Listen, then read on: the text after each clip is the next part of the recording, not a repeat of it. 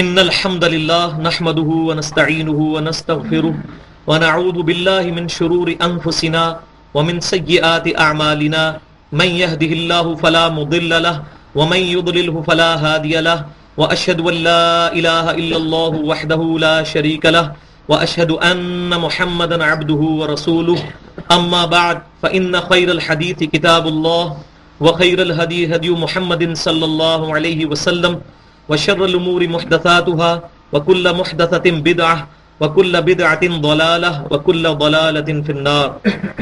أعوذ بالله السميع العليم من الشيطان الرجيم. بسم الله الرحمن الرحيم. رب اشرح لي صدري ويسر لي أمري واحلل عقدة من لساني يفقهوا قولي. بسم الله الرحمن الرحيم. إن الله وملائكته يصلون على النبي يا أيها الذين آمنوا صلوا عليه وسلموا تسليما.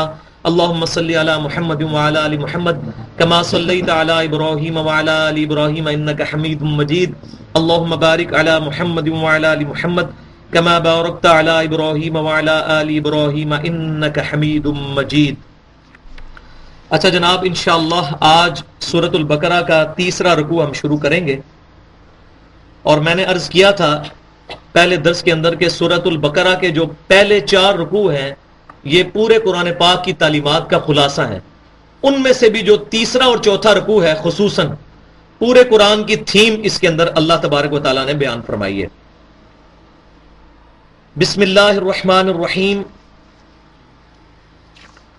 یا ایھا الناس اعبدوا ربکم، اے لوگو عبادت کرو اپنے رب کی.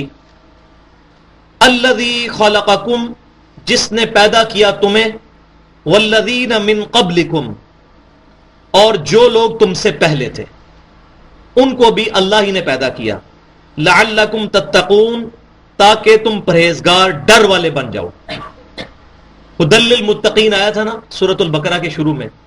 ڈر والے سے مراد یہ نہیں ہے صرف کہ کوئی بندہ جو ہے وہ نمازیں پڑھنے لگ پڑے، داڑھی رکھ لے، شلوار ٹخنوں سے اوپر کر لے، بلکہ جس کو حقیقی ڈر یہ نصیب ہو جائے کہ انسانیت کی پیدائش کا کوئی مقصد ہے، اس کو کوئی بنانے والا ہے، اس کے آباء و اجداد کو کوئی بنانے والا ہے جس کے حضور اس کی پیشی ہونی ہے. جب بندہ ان چیزوں کے اوپر غور کرتا ہے تو فوراً ڈر جاتا ہے.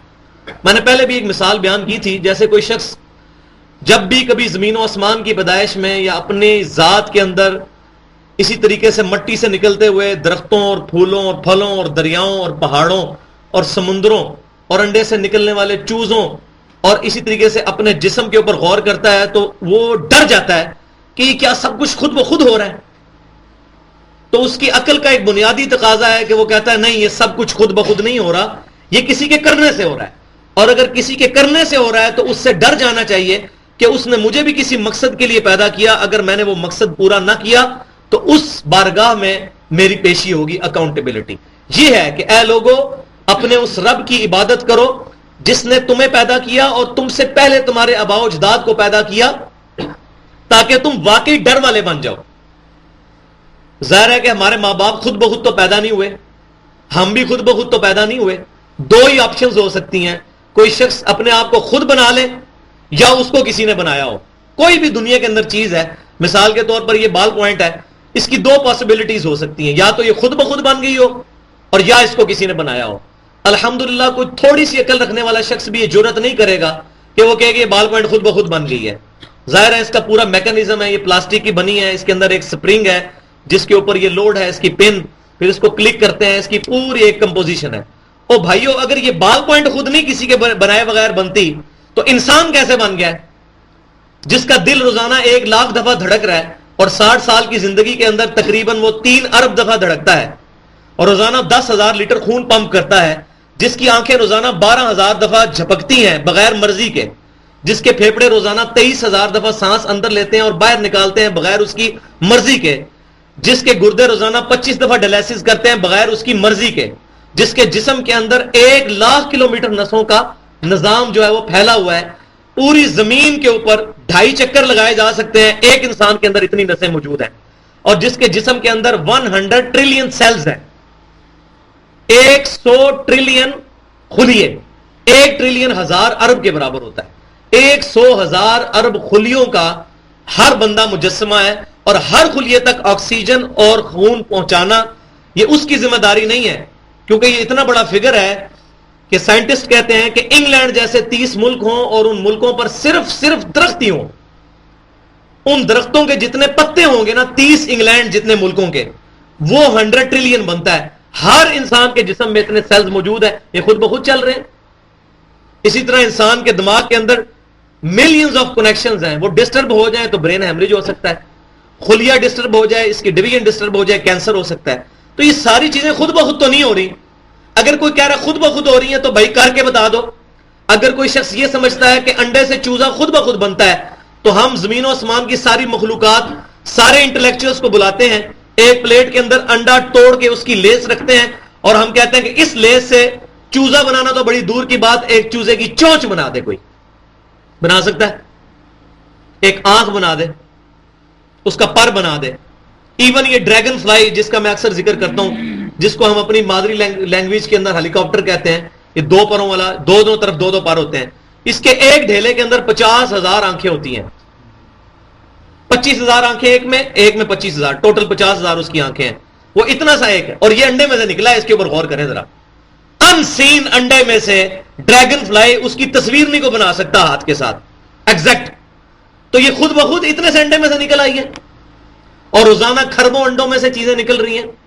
چوزے، مرغی کے چوزے، کوے کے چوزے، چیلوں کے چوزے، گدوں کے چوزے، کبوتروں کے چوزے، کتنی چیزیں. اور یہ تو ساری مخلوقات زمین کے اوپر جو سمندروں کے اندر ہیں. ملینز آف ویلز موجود ہیں دنیا کے سمندروں کے اندر. ایک چھوٹی ویل کی خوراک ایک وقت کی 500 کلو گوشت ہے. 500 کلو کون پورا کر رہا ہے؟ تو یہ تمام چیزیں جب انسان غور کرتا ہے نا، پھر اس کو یہ بات سمجھ آتی ہے جو اللہ تعالیٰ نے پہلی بات کی ہے، یا ایھا الناس اعبدوا ربکم الذی خلقکم. اے تمام انسانیت، اس رب کی عبادت کرو جس نے تمہیں پیدا کیا. عبادت کرو، مانو نہیں. صرف اللہ کو مانتے سارے ہیں، ڈالر کے اوپر بھی لکھا ہوا ہے ان گاڈ وی ٹرسٹ. اللہ کی عبادت کرنی ہے. ہندو بھی بھگوان کو مانتا ہے، یہودی بھی مانتا ہے، عیسائی بھی مانتا ہے. عبادت ایک اللہ کی کرنی ہے، اور جس کا سب سے بڑا سمبل ہے ایاک نعبد و ایاک نستعین. اے اللہ، ہم عبادت کی جتنی رسومات ہیں وہ تیرے ساتھ خاص کرتے ہیں اور دعا بھی تجھ سے مانگتے ہیں. مشکل اور پریشانی میں جس کو پکارا جائے وہ ہوتا ہے مشکل کشا اور وہ ہوتا ہے دعا سننے والا. وَإِيَّاكَ نَسْتَعِينَ کی اپروپریٹ ٹرانسلیشن یہ ہے، اللہ دعا بھی تجھ سے کرتے ہیں. تو دعا، عبادت کا سب سے بڑا مظہر دعا. نماز بھی دعا ہے، اور جامعہ ترمذی، سنن ابن ماجہ، سنن نسائی کی حدیث ہے، نبی صلی اللہ علیہ وسلم نے فرمایا الدعاء هو العبادہ، دعا ہی عبادت ہے. تو اس رب کی عبادت کرو جس نے تمہیں پیدا کیا، تم سے پہلے سب لوگوں کو پیدا کیا، تاکہ تم واقعی ڈر والے لوگوں میں شامل ہو جاؤ. میں تو کم از کم کبھی شیشے میں اپنی شکل دیکھتا ہوں نا تو پریشان ہو جاتا ہوں کہ یا اللہ یہ اتنی مشکل چیز تو نے کیسے بنائی ہے.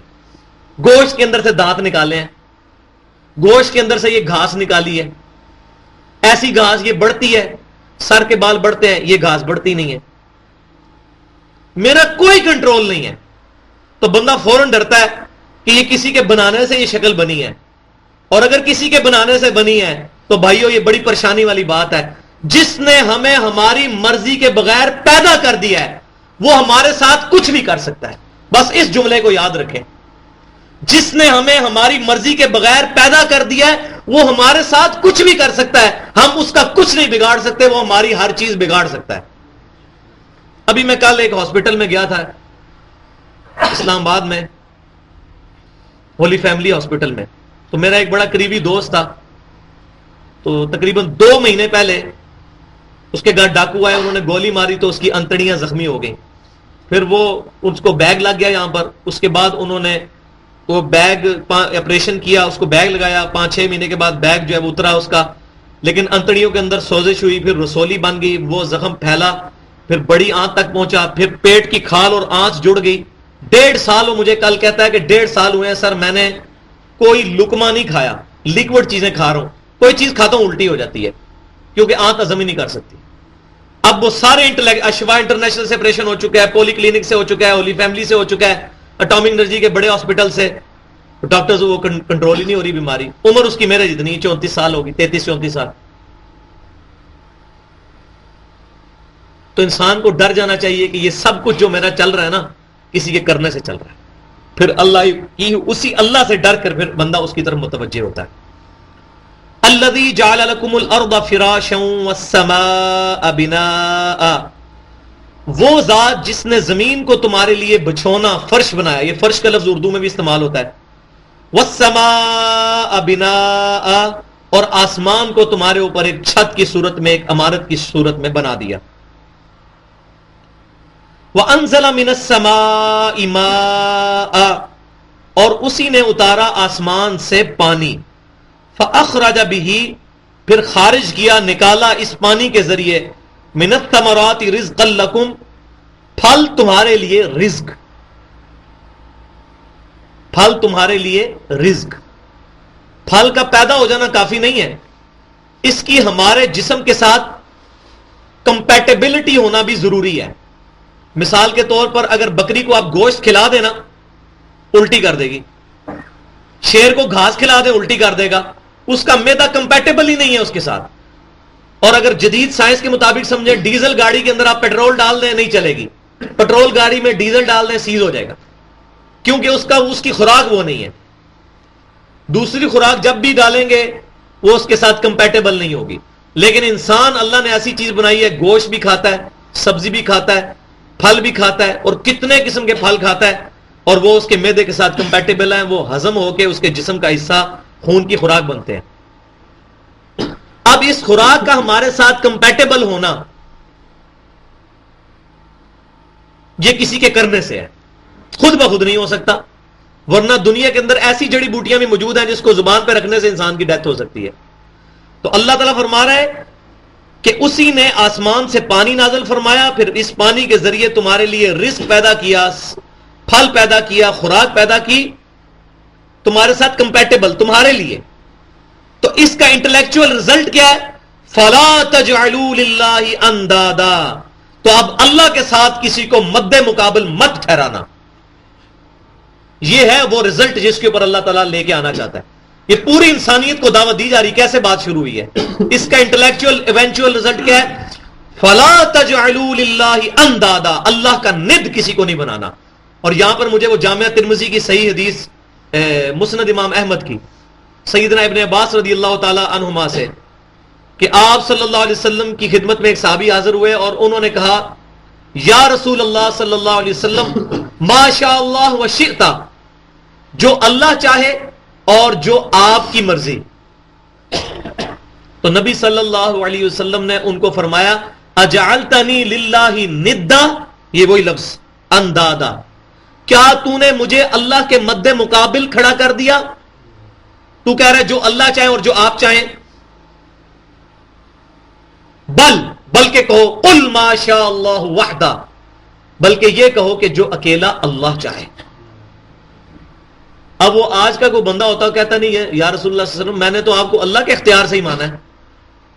لیکن صحابہ کرام کے دماغ مولویوں کے ہتھے چھڑ کے خراب نہیں ہوئے تھے. ایک عام کلمہ گو مسلمان کو کسی بھی مکتبہ فکر کا ہے، کوئی مولوی پٹی نہ پڑھائے، اس کے دل کے اندر یہ بات موجود ہے کہ میں نے اللہ سے صرف دعا کرنی ہے.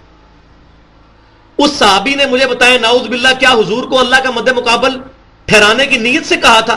نہیں، اس کی نیت تو یہ نہیں تھی.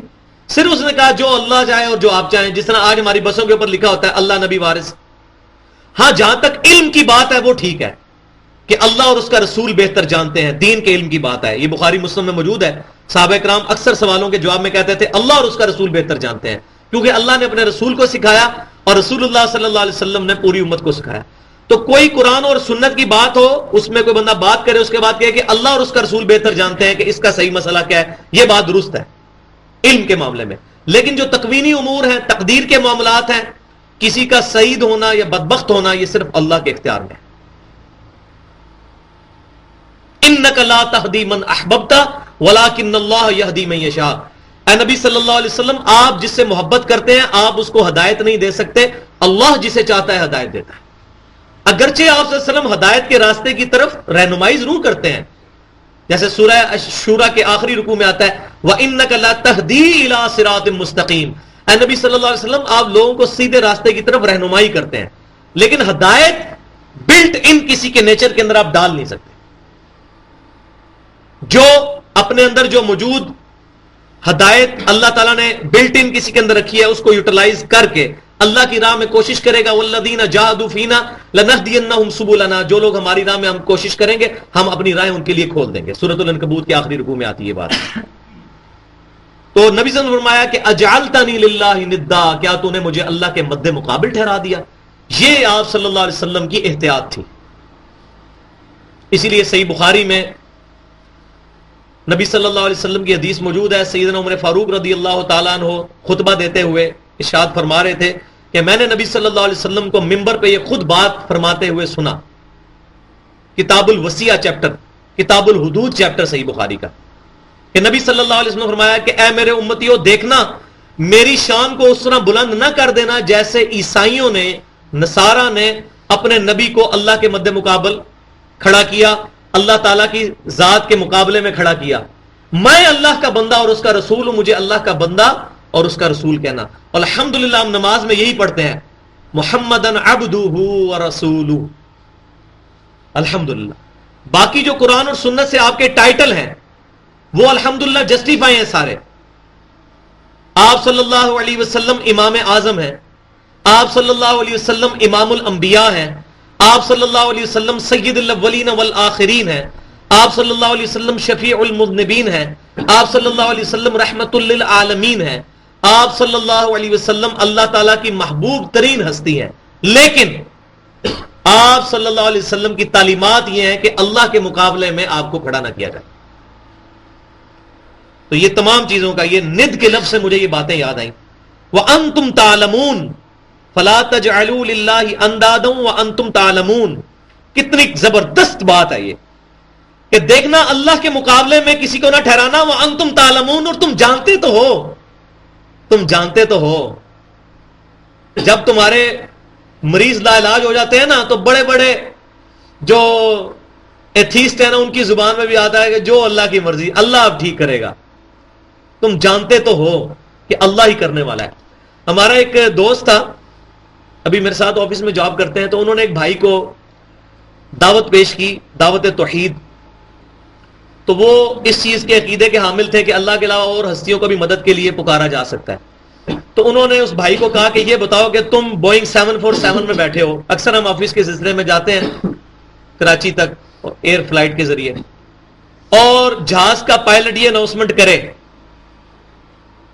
کہ جہاز کے دونوں انجن فیل ہو گئے ہیں، تو سچ سچ بتاؤ اس وقت تم شیخ عبد القادر جیلانی کو مدد کے لیے پکارو گے، سیدنا علی کو پکارو گے، یا اللہ کو؟ وہ کہنے لگا اللہ کو پکاروں گا، کیونکہ اس کو بھی پتا ہے کہ کوئی نہیں بچا سکتا۔ یہ اللہ تبارک و تعالیٰ فرما رہا ہے فَلَا تَجْعَلُوا لِلَّهِ أَنْدَادًا، اللہ کے مد مقابل کسی کو مت ٹھہرانا، وَأَنْتُمْ تَعْلَمُونَ، اور تم جانتے تو ہو، تمہاری انسٹنکٹ میں تو یہ بات موجود ہے کہ اللہ کر سکتا ہے۔ جس کی بڑی پیاری مثال یہ ہے کہ لوگ کہتے ہیں فلاں فلاں تکلیف دور کرتا ہے، فلاں فلاں تکلیف دور کرتا ہے۔ ہم پوچھتے ہیں تکلیف میں ڈالتا کون ہے؟ تگڑا تو وہ ہوا نا جو تکلیف میں ڈالتا ہے، کیونکہ بعض تکلیفیں ایسی ہیں جو دور بھی نہیں ہوتی، پھر جو ڈالنے والا ہے وہ زیادہ تگڑا ہوا نا، تو اللہ ہے۔ تو جب ڈالنے والا اللہ ہے، تکلیف دور کرنے والا بھی پھر اللہ ہے۔ وَإِن كُنتُمْ فِي رَيْبٍ، اور اے لوگوں اگر تمہیں شک ہو، مما نزلنا علی عبدنا، اس کتاب پر جو نازل کی ہم نے اپنے بندہ خاص محمد صلی اللہ علیہ وسلم پر، اس کتاب کے بارے میں تمہیں کوئی شک ہو، فَأْتُوا بِسُورَةٍ مِّن مِّثْلِهِ، تو تم بھی اس جیسی ایک صورت ملتی جلتی لے آؤ۔ یہ قرآن پاک میں اس کے علاوہ بھی 3 جگہ اور چیلنج آیا ہے۔ پہلے آیا اس قرآن جیسی کوئی کتاب نہیں بنا سکتا، سورہ بنی اسرائیل کے اندر۔ پھر سورہ ہود کے اندر آیا کہ 10 صورتیں ہی اس جیسی لے آؤ۔ پھر آیا سورہ یونس کے اندر 1 صورت ہی لے آؤ، اور یہاں اللہ تعالیٰ فرما رہا ہے چلو ایک صورت ملتی جلتی لے آؤ۔ یہ چیلنج ہے اس کتاب کا جو الحمدللہ پچھلے 1400 سال سے قائم ہے۔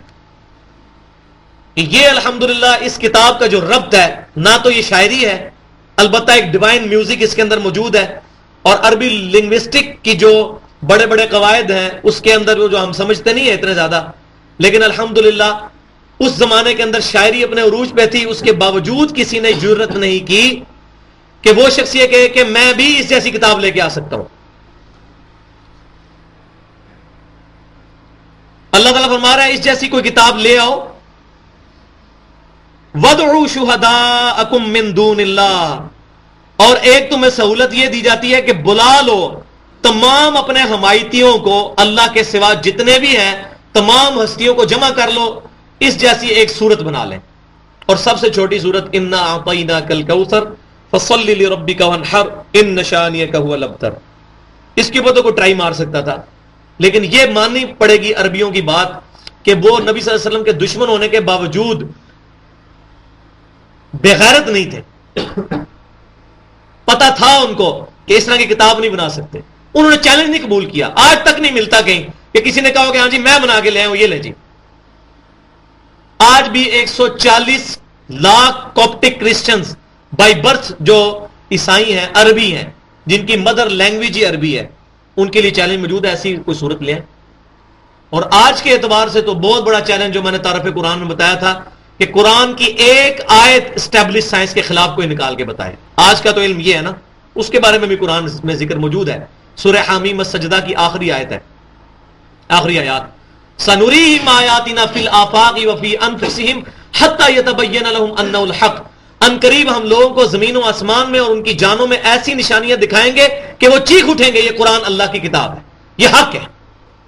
تو آج وہ چیخ اٹھے ہیں. وہ انشاءاللہ جب ٹاپک آئے گا تو میں ڈیٹیل کے ساتھ بیان کروں گا. بلا لو اللہ کے علاوہ جتنے بھی حمایتی ہیں، ان کنتم صادقین، اگر تم سچے ہو. فَإِن لَّمْ تَفْعَلُوا، اور اگر تم ایسا نہ کر سکو، قرآن جیسی کوئی صورت نہ بنا سکو، وَلَن تَفْعَلُوا، اور ہم یہ بات تمہیں کیٹاگوریکلی بتا دیتے ہیں تم کر ہی نہیں سکو گے ایسا. وَاتَّقُوا النَّارَ الَّتِي وَقُودُهَا النَّاسُ وَالْحِجَارَةُ، تو پھر ڈرو اس آگ سے جس کا ایندھن آدمی اور پتھر ہیں. ڈر جاؤ اس آگ سے. کس آگ سے؟ اعدت للکافرین، جو تیار کی گئی ہے کافروں کے لیے. کافر سے مراد جو انکار کرنے والے ہیں قرآن و سنت کی تعلیمات کو، انبیاء کرام علیہ السلام کی سچی تعلیمات کو. ڈر جاؤ اس آگ سے جس کا ایندھن آدمی اور پتھر ہیں. آدمی وہ جنہوں نے اللہ کی نافرمانیاں کی، اور پتھر وہ کہ جن کو بت بنایا گیا. ان پتھروں کو بھی دوزخ میں ڈالا جائے گا. ان پتھروں کو عذاب دینے کے لیے نہیں. یہ سورہ انبیاء کے اندر آتا ہے کہ ان کے خداؤں کو بھی ہم ڈالیں گے دوزخ کے اندر، ان کی عبرت کے لیے کہ یار ان کو ہم پکارتے رہے دنیا کے اندر. 90 کروڑ ہندو انڈیا کے اندر بتوں کے سامنے جھک رہا ہے ایسے ہاتھ باندھ کے. اللہ تعالیٰ سب کو ہدایت دے، ہماری تو دعا ہے، ہمارے نبی صلی اللہ علیہ وسلم کی امت ہے. لیکن یہ کروڑوں کی تعداد میں جب لوگ دوزخ کے اندر جائیں گے اور انہی اپنی دیویوں کو دوزخ میں جلتا ہوا دیکھیں گے تو کتنی حسرت میں اضافہ ہوگا. اس لیے اللہ تعالیٰ ان بتوں کو بھی ڈالے گا. یہ بت وہ پتھر ہوں گے. وَبَشِّرِ الَّذِينَ آمَنُوا، اب یہ سائملٹینیس کنٹراسٹ آ گیا. ایک طرف تو دوستیوں کا ذکر، اب جنتیوں کا ذکر. اور اے نبی صلی اللہ علیہ وسلم خوشخبری دیں آپ ایمان والوں کو، وَعَمِلُوا الصَّالِحَاتِ، اور جو نیک عمل کرنے والے ہیں، ان لہم جنات تجری من تحتها الانہار، کہ یقیناً ان کے لیے جنات ہیں، باغات ہیں جنت کے جن کے نیچے نہریں بہتی ہیں. کلما رزقوا، جب کبھی بھی ان کو رزق دیا جائے گا جنت کے اندر، من ثمرۃ رزقا، رزق میں سے کوئی پھل دیا جائے گا جب جنتیوں کو، تو وہ کیا کہیں گے؟ قالوا ھذا الذی، وہ کہیں گے کہ یہی ہے وہ، رزقنا من قبل، جو ہم نے پہلے بھی کھایا تھا.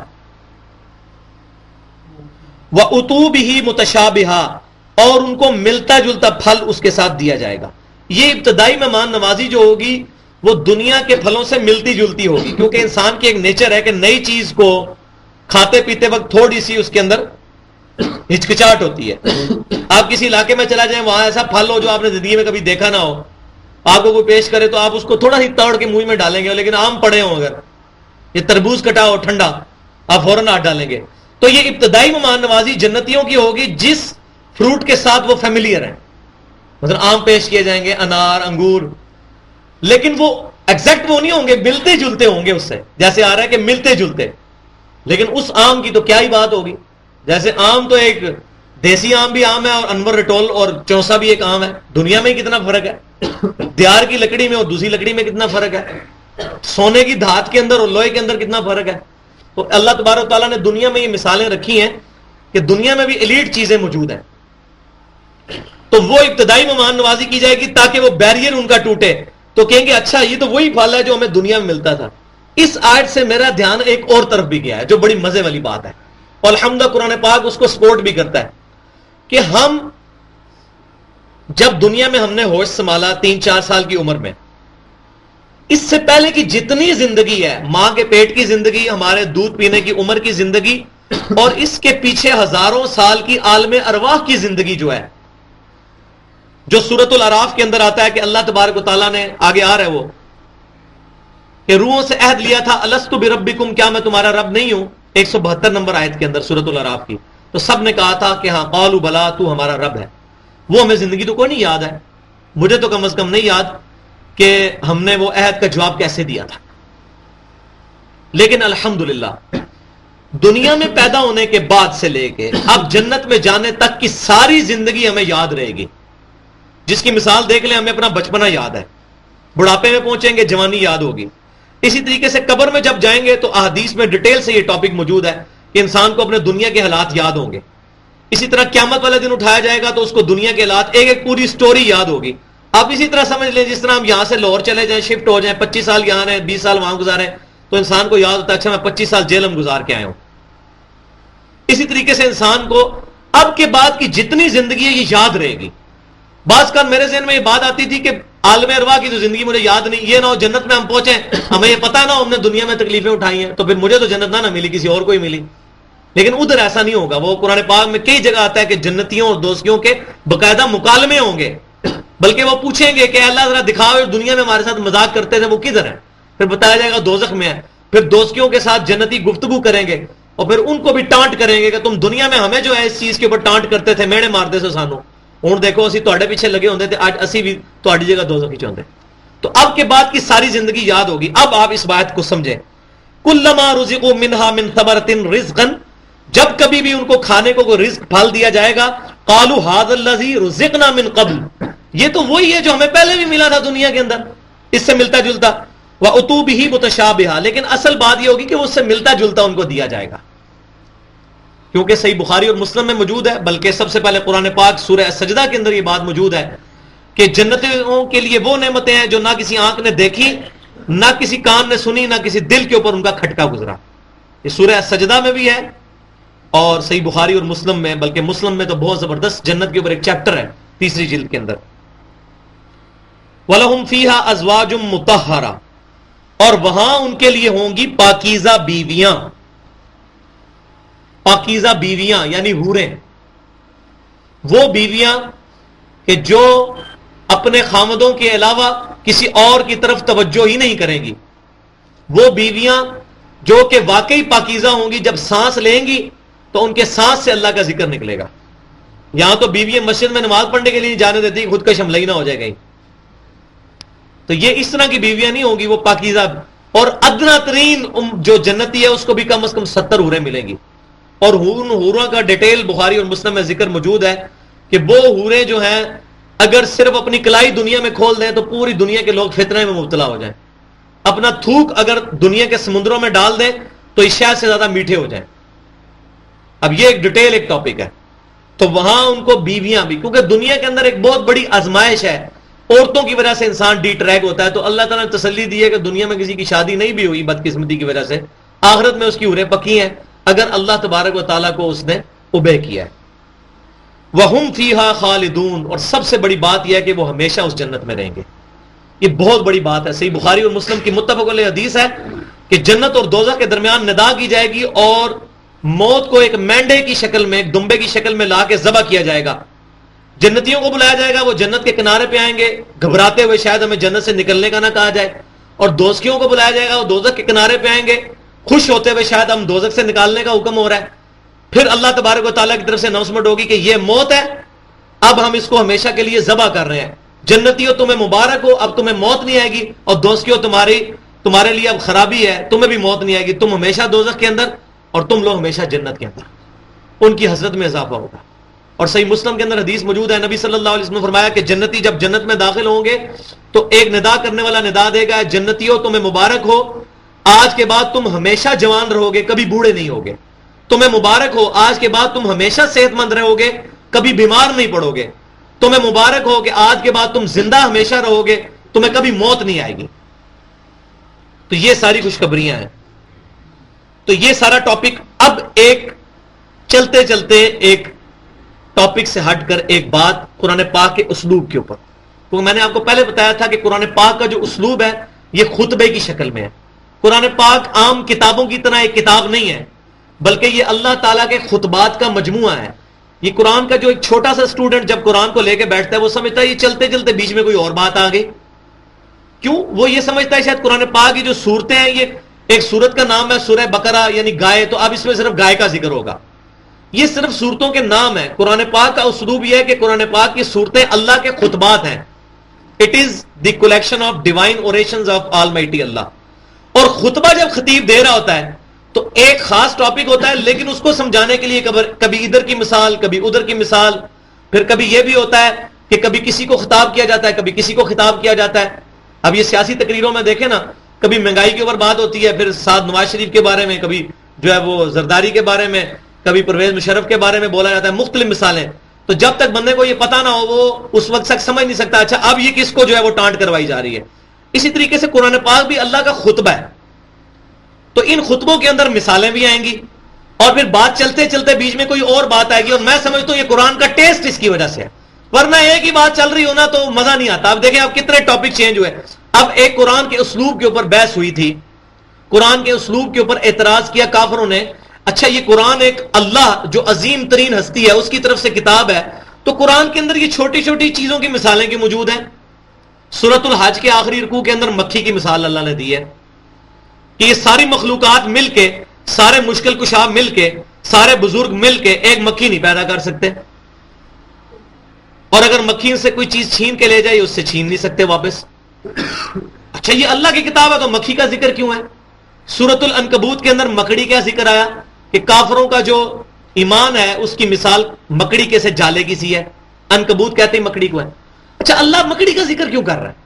تو قرآن کے اسلوب کے اوپر ایک اعتراض ہوا. اب اللہ تعالیٰ اس کا جواب دے رہا ہے, ان اللہ لا یستحیی, بے شک اللہ تعالیٰ بالکل حیا نہیں فرماتا, بالکل شرم نہیں کرتا اس بات سے.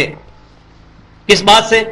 ان یضرب مثلا ما بعوضۃ فما فوقها, کہ وہ مثال بیان کرے ایک مچھر ہی کیوں نہ ہو اس کی, یا اس سے بھی کوئی حقیر چیز ہے اس کی کوئی مثال.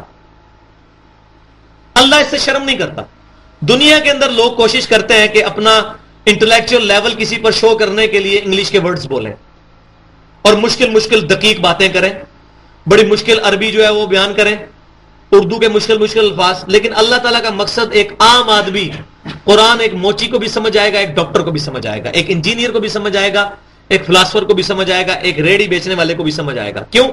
قرآن پاک میں 4 دفعہ ایک سورت کے اندر اللہ تعالیٰ نے یہ بات ارشاد فرمائی ہے.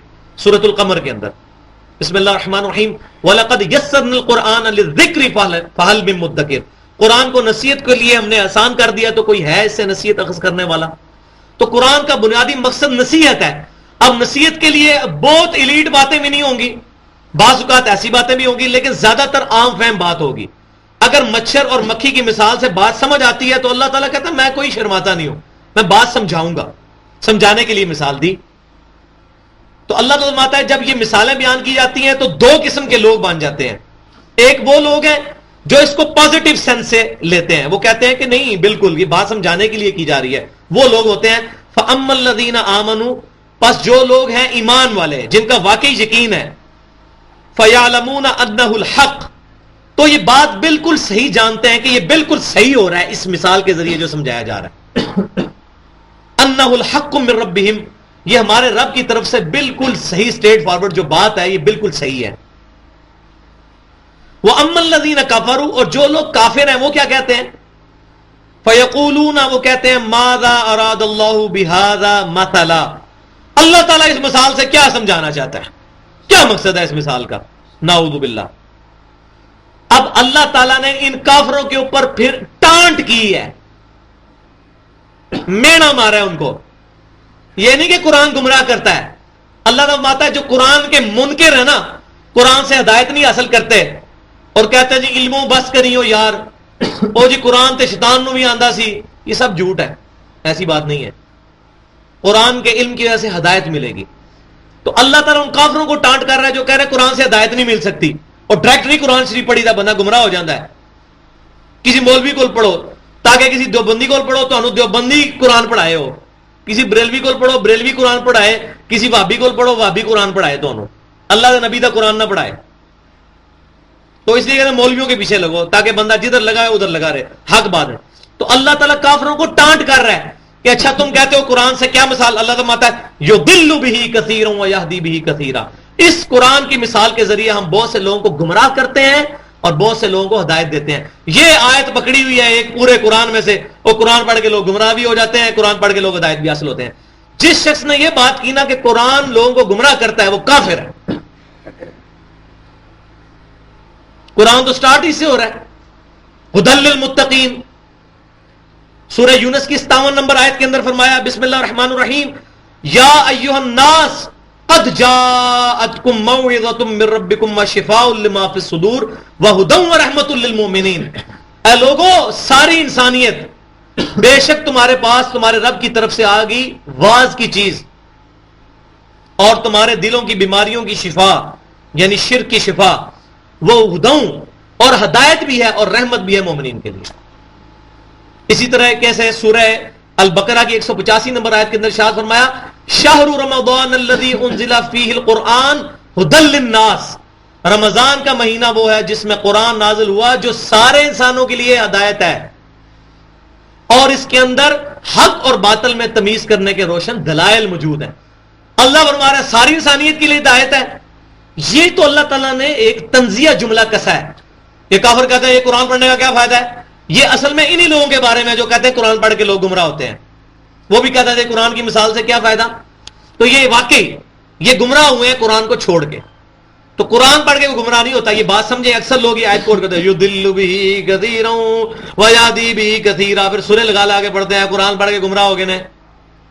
تو اللہ تعالیٰ تو قرآن کو بنا کے ہمارے لیے تذکیر کی چیز, فذکر بالقرآن من یخاف وعید.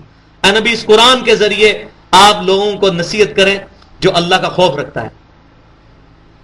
ان فی ذلک لذکرا لمن کان لہ قلب او القى السمع وهو شہید. اس قرآن کے اندر ہر شخص کے لیے نصیحت ہے جس کا دل ابھی زندہ ہے اور وہ بات کان لگا کر سنتا ہے اور متوجہ ہوتا ہے. دل زندہ یہ نہیں ہے کہ اللہ وہ دل کرتا ہے, مراد یہ قرآن کی بات سن کے وہ کہتے ہیں کہ ہاں قرآن کہہ رہا ہے ایاک نستعین, تو اب ہم نے حق باہو المدد یا باہو نہیں کہنا بلکہ کہنا ہے یا حی یا قیوم برحمتک استغیث. اس کا دل زندہ ہے. جو اللہ کے علاوہ کسی کو پکار رہا ہے وہ ایاک نستعین کے خلاف ہے. وما یضل بہ الا الفاسقین, اور اس کے ذریعے ہم گمراہ نہیں کرتے قرآن کے ذریعے مگر جو فاسق لوگ ہیں, جن کی نیت ہی نہیں قرآن سے ہدایت کا حاصل کرنے کی. انہوں نے گمراہی ہونا ہے, ان کو غلافوں میں لپیٹ کے رکھ دینا ہے, ان کو قرآن سے کہاں سے ہدایت ملنی ہے. اب ان کی کچھ نشانیاں آ رہی ہیں کہ جو لوگ قرآن پاک کو نیگیٹو لیتے ہیں ان کی نشانیاں کیا ہیں. الذین ینقضون عہد اللہ من بعد میثاقہ, وہ لوگ کہ جو اللہ تعالیٰ سے عہد کرنے کے بعد اس کو توڑ دیتے ہیں. وہ کون سا عہد جو سورۃ الاعراف کی 172 نمبر آیت میں آیا ہے الست بربکم, جو ہماری انسٹنکٹ کے اندر ہے. جیسے بخاری اور مسلم کی حدیث ہے, آپ صلی اللہ علیہ وسلم نے فرمایا کہ ہر شخص فطرت میں پیدا ہوتا ہے, اس کے ماں باپ اس کو یہودی یا عیسائی یا مجوسی بنا دیتے ہیں. ہر شخص کی فطرت کے اندر ایک اللہ کا کنسپٹ موجود ہے. جو اللہ کے ساتھ عہد تھا ہماری انسٹنکٹ کا, ہماری روح کا, وہ اس کو توڑ دیتے ہیں. وَيَقْطَعُونَ مَا أَمَرَ اللَّهُ بِهِ أَن يُوصَلَ, اور وہ قطع کر دیتے ہیں جس کا اللہ نے حکم دیا تھا جوڑنے کا, یعنی رشتہ داری کا وہ پاس نہیں کرتے, قطع رحمی کرتے ہیں. ان کے دنیاوی معاملات بڑے خراب ہوتے ہیں, اخلاقیات ان کی بڑی گری ہوتی ہیں. یہ اکثر آپ لوگ دیکھیں گے بڑے دیندار بنتے ہیں اور تبلیغ بھی کرتے ہیں, اور حالت یہ ہوتی ہے کہ میاں بیوی، ان کی بچے، ان کی بیویاں، ان کے رشتہ دار ان سے ناراض ہوتے ہیں، کسی کی زمین دبائی ہوتی ہے، کسی کا مال دبایا ہوتا ہے، اور تبلیغ میں سال سال کے لیے گئے ہوتے ہیں اور رشتہ داروں کے ساتھ برائی کا سلوک کرتے ہیں۔ وَيُفْسِدُونَ فِي الْأَرْضِ، اور زمین میں فساد مچاتے ہیں۔ فساد تو یہی مچے گا، جو شخص یہ کہے گا جی قرآن ڈائریکٹ نہ پڑھو گمراہ ہو جاؤ گے، وہ زمین میں فساد مچا رہا ہے، قرآن کے علاوہ مولویوں کی لکھی ہوئی کتابوں کو عام کر رہا ہے۔ اولئک ھم الخاسرون، یہ لوگ ہیں خسارہ اٹھانے والے۔ اب یہ پوری ٹاپک ہوئی، اب ایک اور بات آ رہی ہے، اللہ تعالی ہماری انسٹنکٹ کو ابھار رہا ہے۔ کیف تکفرون باللہ، لوگوں تم کیسے اللہ کا انکار کر سکتے ہو؟ وکنتم امواتا، تم مردہ تھے، فاحیاکم، اس نے تمہیں زندہ کیا، ثم یمیتکم، پھر تمہیں موت دے گا، ثم یحییکم، پھر تمہیں دوبارہ زندہ کرے گا، ثم الیہ ترجعون، پھر تم اپنے رب کی طرف لوٹ کر جاؤ گے۔ تم کیسے انکار کر سکتے ہو؟ تمہاری تو مرضی کوئی نہیں تھی، تم مردہ تھے، ایک نطفے تھے، تمہیں اللہ نے پیدا کیا، پہلی زندگی دی، پھر پوری زندگی گزار کے تم موت کا شکار ہوئے۔ یہ پہلی موت وہ جو انسان کی پیدائش سے پہلے کی موت، یعنی مردہ حالت میں تھا انسان، روحیں پیدا ہوئی، اس کے بعد سلا دیا گیا، اس موت کے بعد انسان کو ماں کے پیٹ کے ذریعے زندہ کیا گیا، پھر پوری زندگی گزار کے موت آئے گی، یہ دوسری موت ہوگی، اور پھر قیامت دن دوبارہ زندہ کیا جائے گا، یہ دوسری زندگی ہوگی۔ اس کا ذکر سورۃ المومن کے اندر بھی آتا ہے کہ کافر کہیں گے اللہ تو نے ہمیں 2 دفعہ زندہ کیا، 2 دفعہ مارا، کیا اب بھی کوئی اور زندگی ہے کہ ایک دفعہ ہم یہاں سے نکل جائیں، اب ہم تیرے فرما بردار ہوں گے؟ پھر اللہ تعالیٰ فرمائے گا نہیں، اب کوئی نکلنے کی سبیل نہیں ہے۔ هو الذی خلق لکم ما فی الارض جمیعا، وہی تو اللہ ہے جس نے جو کچھ بھی زمین کے اندر ہے انسانوں تمہارے لیے پیدا کیا۔ یہ اب میں نے بتایا نا، پوری قرآن کا خلاصہ چل رہا ہے کہ یہ ساری کی ساری مخلوقات انسان کی وجہ سے پیدا ہوئی ہیں، اور انسان کس لیے پیدا ہوا؟ اللہ کے لیے۔ وما خلقت الجن والانس الا لیعبدون، سورہ الذاریات کے آخری رکوع میں آتا ہے کہ میں نے جنوں اور انسانوں کو فقط اس لیے پیدا کیا کہ وہ میری عبادت کریں، مجھے ماننے نہیں، عبادت میری، بندگی میری۔ اب یہ وہ کانٹے کی بات آئی کہ سارے کے ساری مخلوقات انسان کی وجہ سے پیدا ہوئی ہیں۔ زمین و آسمان کی تخلیق کا مقصد انسان، لیبلوکم ایکم احسن عملا، تاکہ تمہیں جانچا جائے کہ تم میں سے کون اچھے اعمال کرتا ہے۔ لہذا یہ فلسفہ درست ہے کہ human beings are the most serious creation of Almighty Allah, اللہ تعالیٰ کی سب سے سیریس پرپس فل کریشن جو ہے وہ انسان ہے۔ یہ ساری چیزیں انسانوں کے لیے پیدا ہوئی ہیں۔ آپ دیکھیں یہ پہاڑ ہیں انسانوں کے لیے پیدا ہوئے ہیں، کیوں کہ جب سمندر کا پانی ایویپوریٹ ہو کے بخارات بن کے ہواؤں کے ذریعے پہاڑوں تک پہنچتا ہے، اس پہ برف بن کے گرتا ہے، تو ہمارے ٹینکرز ہیں بڑے بڑے جہاں اللہ تعالیٰ پانی سٹور کرتا ہے۔ پھر سورج ہمارے لیے، سورج کی تپش سے وہ ٹینکرز پگھلتے ہیں، وہ گلیشیئرز، اور پانی دریاؤں میں اور زمین کے اندر چلتا ہوا سمندر تک پہنچتا ہے، ہم زمین سے پانی نکالتے ہیں، سارا سسٹم اس کی وجہ سے چل رہا ہے۔ ہر چیز انسان کی خدمت میں لگی ہوئی ہے۔ ثم استوى الى السماء، پھر اللہ تعالیٰ آسمان کی طرف متوجہ ہوا۔ فسواهن 7 سماوات، پھر اس نے ٹھیک ان کو 7 آسمان بنا دیا۔ یہ ڈیٹیل آئے گی سورہ حامیم السجدہ کے اندر، اس کا پورا بریک اپ آئے گا۔ وَهُوَ بِكُلِّ شَيْءٍ عَلِيمٌ، اور اللہ تعالیٰ نے ہر چیز کو اپنے علم کے ذریعے گھیر لیا ہے۔ اللہ تبارک و تعالیٰ اپنی شان کے لائق تو اپنے عرش پر مستوی ہے، لیکن اپنے علم، قدرت، سمع اور بصارت کے اعتبار سے ہماری شہرت سے بھی زیادہ قریب ہے۔ ہم 3 نہیں ہوتے، چوتھا اللہ ہمارے ساتھ ہوتا ہے، سورۃ المجادلہ میں آتا ہے۔ ہم 5 نہیں ہوتے، چھٹا ہمارے ساتھ آتا ہے۔ سورہ حدید میں آتا ہے تم جہاں بھی کہیں بھی ہو، وَهُوَ مَعَكُمْ أَيْنَمَا كُنْتُمْ، اور اسی طریقے سے سورہ قاف میں آتا ہے نحن اقرب الیہ من حبل الورید، ہم انسان کی رگ جان سے بھی زیادہ اس کے قریب ہیں۔ اب چوتھا رکوع شروع ہو رہا ہے۔ وَإِذْ قَالَ رَبُّكَ لِلْمَلَائِكَةِ إِنِّي جَاعِلٌ فِي الْأَرْضِ خَلِيفَةً، وہ وقت بھی یاد کرنے کے قابل ہے۔ اب اس وقت کو یاد کرو کہ جب اللہ تعالیٰ نے، رب نے فرشتوں سے فرمایا کہ میں زمین میں اپنا نائب بنانے والا ہوں۔ اب نائب دو وجہ سے بن سکتا ہے، یا تو کسی کی موت کا وقت قریب ہو، اپنی جگہ کسی کو جانشین بنائے گا، یا نائب یہ ہے کہ اپنی زندگی کے اندر کسی کو اختیار دیا جائے، جیسے پرائم منسٹر ہے اس کو اسسٹ کر رہے ہیں چاروں وزیر اعلیٰ، وزیر اعلیٰ کے انڈر پھر ان کے وزیر ہیں اس کو اسسٹ کر رہے ہیں، اختیار سارا وزیر اعظم کے پاس ہے، اسی نے آگے ڈسٹریبیوٹ کیا۔ انہی معنوں میں اللہ تبارک و تعالیٰ نے انسان کو خلیفہ بنایا کہ تمام مخلوقات انسان کے تابع کر دی ہیں۔ ہاتھی کو دیکھیں، اتنا مضبوط جانور ہے، لیکن اس کو جب سنگلی لگائی ہوتی ہے ایک بچہ بھی لے کے چل رہا ہوتا ہے۔ اسی طریقے سے آپ یہ دیکھیں بیل کو، نکیل لگائی ہوئی ہے، ایک بچہ بھی لے کے اس کو چل رہا ہے۔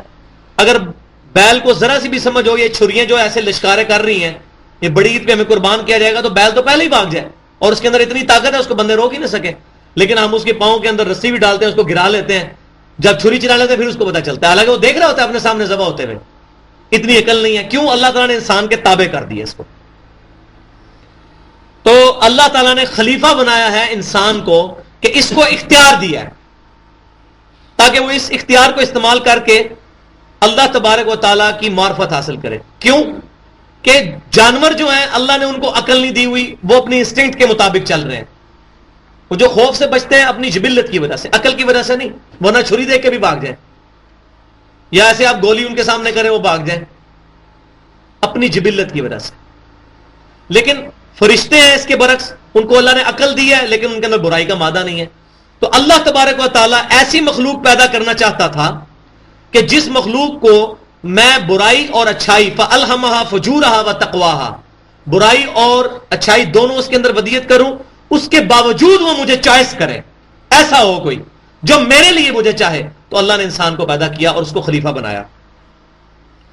قالوا اتجعل فيها من يفسد فيها ويسفك الدماء، تو فرشتے کہنے لگے کہ اے اللہ، مشورہ مانگا تھا تو وہ کہنے لگے اے اللہ تو زمین میں اس کو خلیفہ بنانے لگا ہے کہ جو زمین میں فساد مچائے گا اور خون ریزیاں کرے گا۔ اب یہ ان کو علم غیب تھا؟ نہیں، اصل میں جب انہوں نے دیکھا کہ اختیار دیا جائے گا تو ظاہر اختیار میں تو غلطی کھائے گا۔ دوسرا یہ ہے کہ سورۃ الحجر کے اندر یہ بات آتی ہے کہ جنوں کو اللہ تعالیٰ نے انسانوں سے بہت پہلے پیدا کیا تھا، اور ظاہر ہے کہ جنوں کو بھی اللہ نے اختیار دیا تھا، جن اور انسان دونوں اکاؤنٹیبل ہیں اللہ کی شریعت کے، تو ان کی پریکٹیکل لائف فرشتوں کے سامنے موجود تھی کہ جن بھی فساد کرتے ہیں، اور سب سے بڑا جن شیطان، اس کی بھی خباثت سامنے آئی، وہ آ رہی آگے۔ اس وجہ سے انہوں نے گیس کیا، وَنَحْنُ نُسَبِّحُ بِحَمْدِكَ وَنُقَدِّسُ لَكَ، اور اے اللہ اگر عبادت مقصد ہے تو ہم تیری تسبیح کرتے ہیں، تیری حمد بیان کرتے ہیں، تیری پاکیزگی بیان کرتے ہیں۔ قَالَ إِنِّي أَعْلَمُ مَا لَا تَعْلَمُونَ، تو اللہ تعالیٰ نے فرمایا کہ میں وہ جانتا ہوں جو تم نہیں جانتے، میں وہ جانتا ہوں جو تم نہیں جانتے۔ وہ آگے آ رہا ہے کہ کیا جانتا ہوں، کہ میں ایک مقصد کے تحت انسان کو پیدا کر رہا ہوں۔ وَعَلَّمَ آدَمَ الْأَسْمَاءَ كُلَّهَا ثُمَّ عَرَضَهُمْ عَلَى الْمَلَائِكَةِ، پھر اللہ تعالیٰ نے آدم علیہ السلام کو تمام نام سکھا دیے، ہر چیز کا نام۔ اب دنیا میں کروڑوں چیزیں ہیں، ان کے نام اللہ تعالیٰ نے آدم علیہ السلام کو ان کی انسٹنکٹ میں داخل کر دیے۔ پھر وہ چیزیں اللہ تعالیٰ نے پیش کی فرشتوں پر، فَقَالَ أَنبِئُونِي بِأَسْمَاءِ هَؤُلَاءِ إِن كُنتُمْ صَادِقِينَ، تو اللہ تعالیٰ نے فرمایا کہ اگر تم واقعی سچے ہو نا، وہ آگے بات آ رہی ہے اصل میں کیا کہ وہ فرشتے چاہتے تھے ہمیں خلیفہ بنایا جائے، اس میں ہلکی سی وہ اشارہ ملتا ہے کہ عبادت تو ہم کر رہے ہیں، اب جب کسی کو اعزاز دینے کی باری گئی تو انسان کو اعزاز دیا جا رہا ہے۔ تو اللہ تعالیٰ نے فرمایا کہ اچھا تم اگر سچے ہو نا تو تم ان چیزوں کے نام بتاؤ۔ تو اب فرشتے کیا کہنے لگے؟ قالوا سبحانک لا علم لنا الا ما علمتنا، وہ کہنے لگے اے اللہ تو پاک ہے، ہم تو کوئی چیز نہیں جانتے بجز اس کے جو تو نے ہمیں سکھائی ہے، اس سے زیادہ اس ڈومین سے باہر تو ہمارا ہے ہی نہیں ہے نالج۔ انک انت العلیم الحکیم، بے شک تو ہی علم رکھنے والا اور حکمت والا ہے۔ پھر اللہ تعالیٰ نے آدم علیہ السلام سے فرمایا قال یا آدم انبئہم باسمائہم، اے آدم اب تم بتاؤ ان کو ان چیزوں کے نام۔ فلما انباءہم باسمائہم، تو جب آدم علیہ السلام نے ان چیزوں کے نام بتا دیے فرشتوں کو، قال الم اقل لکم انی اعلم غیب السماوات والارض. تو اللہ تعالیٰ نے فرمایا کہ اے فرشتوں کیا میں تم سے یہ نہیں کہتا تھا کہ میں ہی زمین و آسمان کی تمام چھپی ہوئی باتیں بھی جاننے والا ہوں. اللہ کے لیے سامنے تو ساری چیزیں سامنے ہیں, ہمارے ریفرنس سے چھپی ہوئی. وَأَعْلَمُ مَا تُبْدُونَ وَمَا كُنْتُمْ تَكْتُمُونَ, اور جو چیز تم ظاہر کرتے ہو وہ بھی میرے علم میں ہے, اور جو تم چھپاتے ہو وہ بھی میرے علم میں ہے. وہ چھپا رہے کیا تھے؟ اشارتاً لگتا ہے کہ وہ بھی یہ چاہتے تھے کہ ہمیں خلیفہ بنایا جائے. اللہ تعالیٰ وہ اسی لیے انہوں نے کہا یا اللہ ہم جو تیری عبادت کر رہے ہیں, اللہ کہ جو تم چھپاتے تھے میں وہ بھی جانتا ہوں, لیکن اب ہم اس مخلوق کو پیدا کرنے لگے ہیں کہ جس کے سامنے ہم حق اور باطل رکھیں گے, اس کے باوجود وہ حق کو قبول کر کے ہمارا راستہ اختیار کرے گی. پھر کیا ہوا؟ وَإِذْ قُلْنَا لِلْمَلَائِكَةِ اسْجُدُوا لِآدَمَ. یہاں میں ایک ضمناً بات بتا دوں کہ دو علوم اللہ تعالیٰ نے انسان کو دیے ہیں. ایک ہے ایکوائرڈ نالج, جو اللہ تعالیٰ نے عقل, کان اور آنکھ, یہ تین اعضاء جو ہیں, وَلَا تَقْفُ مَا لَيْسَ لَكَ بِهِ عِلْمٌ إِنَّ السَّمْعَ وَالْبَصَرَ وَالْفُؤَادَ كُلُّ أُولَئِكَ كَانَ عَنْهُ مسئولا.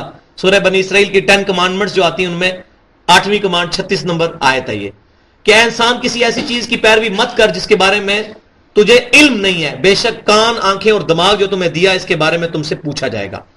ان تین اعضاء کے ذریعے جو بندہ علم حاصل کرتا ہے وہ سائنٹیفک علم, ایکوائرڈ نالج ہے. اس کا ذکر اس رکوع کے شروع میں ہے, اور یہ ایسا زبردست رکوع ہے, اس کے شروع میں ایکوائرڈ نالج ہے اور اس رکوع کا اینڈ ریویلڈ نالج, وہی کے نالج کے اوپر ہو رہا ہے. دونوں علوم کا ذکر ہے.